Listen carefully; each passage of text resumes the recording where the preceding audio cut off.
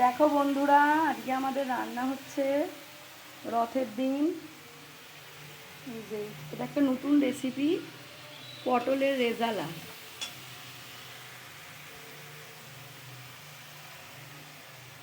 এই যে মা করছে। কি দিলে? লঙ্কা গুঁড়ো, হ্যাঁ, আদা বাটা অল্প করে, পেঁয়াজ বাটা, একটু রসুন বাটা, লঙ্কা গুঁড়ো দিয়ে প্রথমে একটু কষিয়ে নিতে হবে। কষিয়ে নিয়ে তারপরে দারচিনি দেবে, কারণ দারচিনিটাকে তেলের ওপর দিলে পটলটা অন্যরকম হয়ে যাবে খেতে। একটু দারচিনি দেবে, একটু ছোটো এলাচ দেবে, দিয়ে ভালো করে কষিয়ে নিয়ে তারপরে তারপর একটা পেস্ট বানিয়ে রেখেছি, কাজু, পোস্ত আর কাঁচা লঙ্কা। হ্যাঁ, ওই পেস্টটা দেবে, দিয়ে ভালো করে নেড়ে আর ফ্যাটানো টক দই দিতে হবে। আর তারপরে একটু ফ্যাটানো টক দেখো দই এদিকে দিতে হবে। কলমির শাক ভাজা হচ্ছে।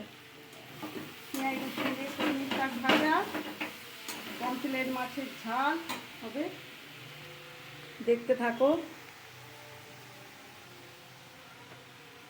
কত এলাচ, কত দারচিনি। মশলাটা কম লাগছে, এই মশলা। টক দইটা থাকে, তোমায় তো জিজ্ঞাসা করলাম। মানে বাকিতে থাকে। একবারই আমার মিক্সিতে একটু ঘুরিয়ে নিলেই হয়ে যেত। খুলে দিয়েছিস? হ্যাঁ, ঠিক আছে, আবার পরে দেখাচ্ছি বন্ধুরা।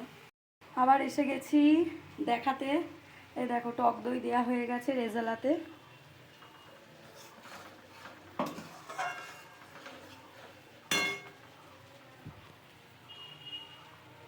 আর একটু তেল যাবে না উপর থেকে? তেল কি মাখন কি ঘি, যাই হোক দিতে পারে। মানে মাখন টাখন ঘি ফি না দিয়ে একটু তেল দেওয়াই ভালো।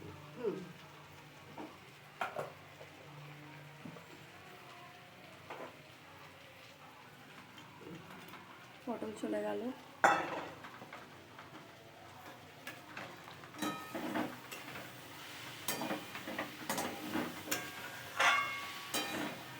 দেখো পটল চলে গেল। এবার পটল ফুটবে।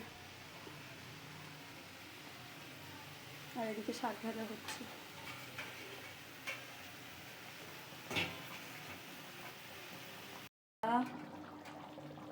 এবার ঘি চলে যাচ্ছে।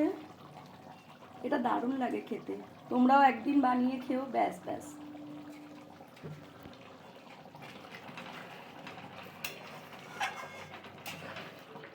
পটলের রেজালা। আমরা চিকেন রেজালা খাই, মাটন রেজালা হয়, চিকেন রেজালা হয়, পনির রেজালা হয়। এটা হচ্ছে পটলের রেজালা। দারুণ খেতে হয়, বেশ একটু বড় বড় পটল হলে বা আরও ভালো লাগে। এটা কমপ্লিট। এতে আর গরম মশলা গুঁড়ো যাবে না, তাই তো? আর গরম মশলা যাবে না তো?